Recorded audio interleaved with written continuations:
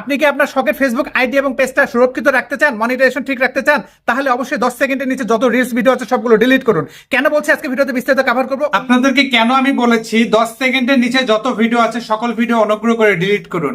নিশ্চয়ই আপনারা এই রিলসটা অনেকে দেখেছেন এবং সেখানে বলেছিলাম আপনারা যদি এই বিষয়ে ডিটেলস ভিডিও চান তাহলে কমেন্টে জানাতে পারেন। আলহামদুলিল্লাহ অনেকে বলেছেন যে জানতে চাই, যে কারণে আমি ডিটেলস ভিডিও নিয়ে হাজির হয়েছি। আজকে ভিডিওতে আমি কথা বলার চেষ্টা করব কেন আমি নিজেই আমার নিজের পেজে যে কয়েকটা ভিডিও ছিল, অন্তত 50টা ভিডিও ছিল 10 সেকেন্ডের নিচে, যেগুলো অনেক আগে আপলোড করা ছিল, রিসেন্টও কিছু ভিডিও ছিল, যে ভিডিওগুলো আমি বিভিন্ন সময় ছেড়েছি এবং এমনও দেখা গিয়েছে 1 সেকেন্ডের কারণে এই ভিডিওটা আমাকে ডিলিট করতে হচ্ছে। কারণ 10 সেকেন্ডের উপরে হলে কিন্তু এই ভিডিওটা আমি ডিলিট করতাম না। প্রসঙ্গত ফেসবুক কি বলেছে শুরু থেকে, যে আপনার ভিডিও থেকে ইনকাম করতে গেলে মিনিমাম 15 সেকেন্ডের উপরে হতে হবে, এবং আমরাও কিন্তু দেখেছি যে 15 সেকেন্ডের উপরে যে ভিডিও ছাড়া হয় সেখান থেকে ভালো একটা রেভিনিউ জেনারেট হচ্ছে, এবং আপনাদেরকে কিন্তু লাইভ প্রুফ দিয়েছিলাম। বাট এখন ফেসবুক একটা আপডেট এনেছে, 10 সেকেন্ডের নিচে যদি হয় সেক্ষেত্রে কিন্তু এখান থেকে ইনকাম দেবে না, ইনকাম পাইতে গেলে 10 সেকেন্ডের উপরে দিতে হবে।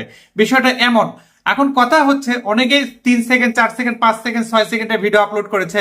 অনেক ক্ষেত্রে দেখা গিয়েছে যে এসব ভিডিও দিলে কিন্তু ভাইরাল হয় বা প্রচুর ভিউজ আসে, এরকমই কিন্তু আমরা ঘটনা দেখেছি। কিন্তু ফেসবুকের যে অফিসিয়াল তথ্য 10 সেকেন্ডের নিচে হলে আর ইনকাম দিবে না।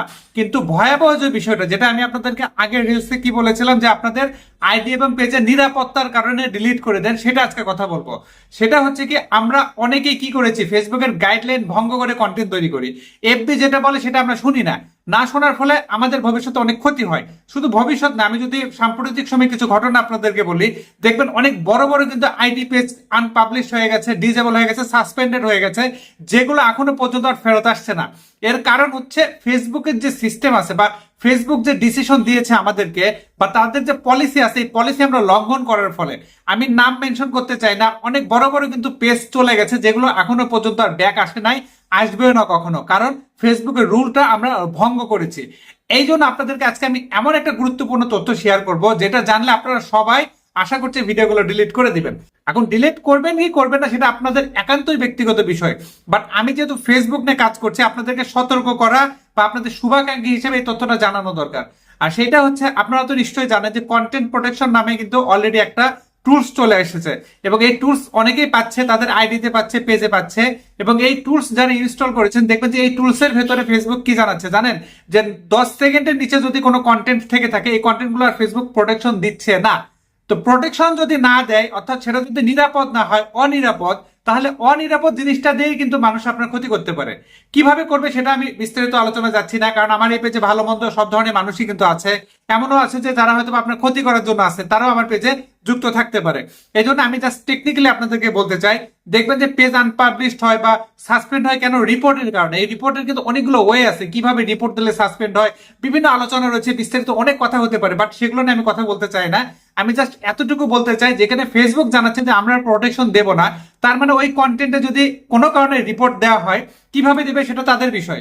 তাহলে কি হবে, হয়তোবা 5টা-7টা রিপোর্ট খাওয়ার সাথে সাথে আপনার পেজটা আনপাবলিশড হয়ে যাবে, সাসপেন্ড হয়ে যাবে। যেমনটা দেখা যাচ্ছে যে মিলিয়ন মিলিয়ন অনেক পেজ কিন্তু চলে গেছে, লক্ষ লক্ষ ফলোয়ার অনেক পেজ চলে গেছে, শুধুমাত্র এই কারণে।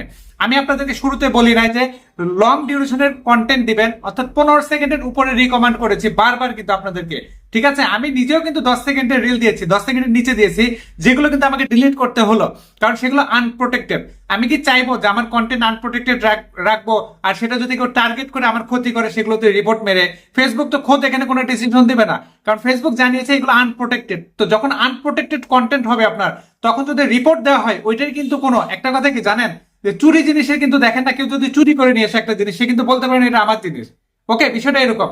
বাট যদি তার নিজস্ব জিনিস হয়ে থাকে, সে কিন্তু বল করে বলতে পারে হ্যাঁ এটা আমার জিনিস। তো 10 সেকেন্ডের নিচে যে কন্টেন্ট গুলো, এগুলো ফেসবুক দায়িত্ব নিচ্ছে না, যেখানে সেখানে আপনি আমি কিভাবে আমাদের পেজ আইডি রক্ষা করব বলেন, এটাই মূলত গুরুত্বপূর্ণ বিষয়। এটা নিয়ে আমি আরো হয়তো অনেক কথা বলতে পারতাম, যেগুলো আমি বলি নাই, বাট আজকে আপনাদেরকে এটা শেয়ার করলাম যে এমন হচ্ছে। কাজে আপনারা সতর্ক থাকুন, যদি আপনাদের আইডি পেজ রক্ষা করতে চান ভবিষ্যতের জন্য, তাহলে অনুগ্রহ করে 10 সেকেন্ডের নিচে যত রিল আছে অবশ্যই আপনারা সেগুলো ডিলিট করে দিবেন, এবং কন্টেন্ট তৈরি করলে 15 সেকেন্ড উপরে করবেন, 10 সেকেন্ড উপরে করা যাবে কোনো সমস্যা নাই।